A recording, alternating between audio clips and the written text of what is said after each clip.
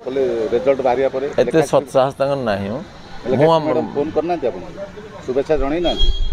गणतंत्र आपन को रेस्पेक्ट दियंती लास्ट थर आपन पई प्रचार प्रसार करथिले 2019 मसिया मो पई से किछि प्रचार प्रसार करनथला आपन के कहला गोटे मो पई गोटे प्रमाण देखन ना ए आपन सत्साहस दरकार ना जे सब बाजे कथार्ता करछन साहस हो ना आपन तो तंगर वीडियो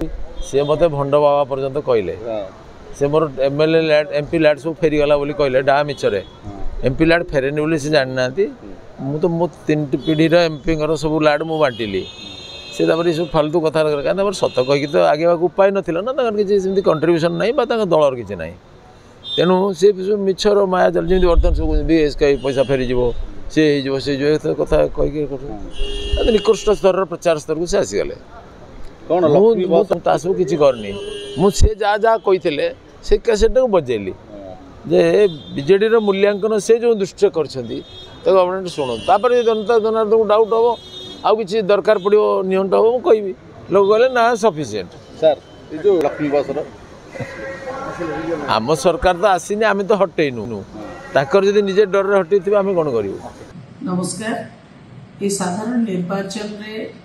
देशवासी एवं ओडिशावासी जो मत प्रदान करिसेंती ता आज प्रकाश पाइछि एवं ए जनमत को आमे नम्रतार सह स्वीकार करूछु। समस्त विजयी प्रार्थी को मो अभिनंदन जणाउछि एवं विजु जनता दलर समस्त कर्मी एवं नेतृवृंद जो माने अक्लांत परिश्रम करिकरी एते संख्या रे ओडिशावासी भोट पाइले तांको मध्य धन्यवाद दौची। विशेष भाव में बालेश्वर लोकसभा क्षेत्र में समस्त कर्मी एवं विजु जनता दल परिवार समस्त सदस्य समस्त जो अहरह परिश्रम करथिले ताको मो सेमानंकु धन्यवाद जणाउछि। विजु जनता दल सबुबले ओडिशावासी सेवारे निजकु दीर्घ 25 वर्ष हब नियोजित करिछि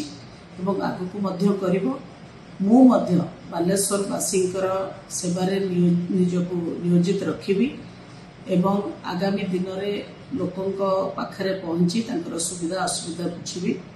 आपण मानकर सहयोग पई धन्यवाद। जय जगन्नाथ।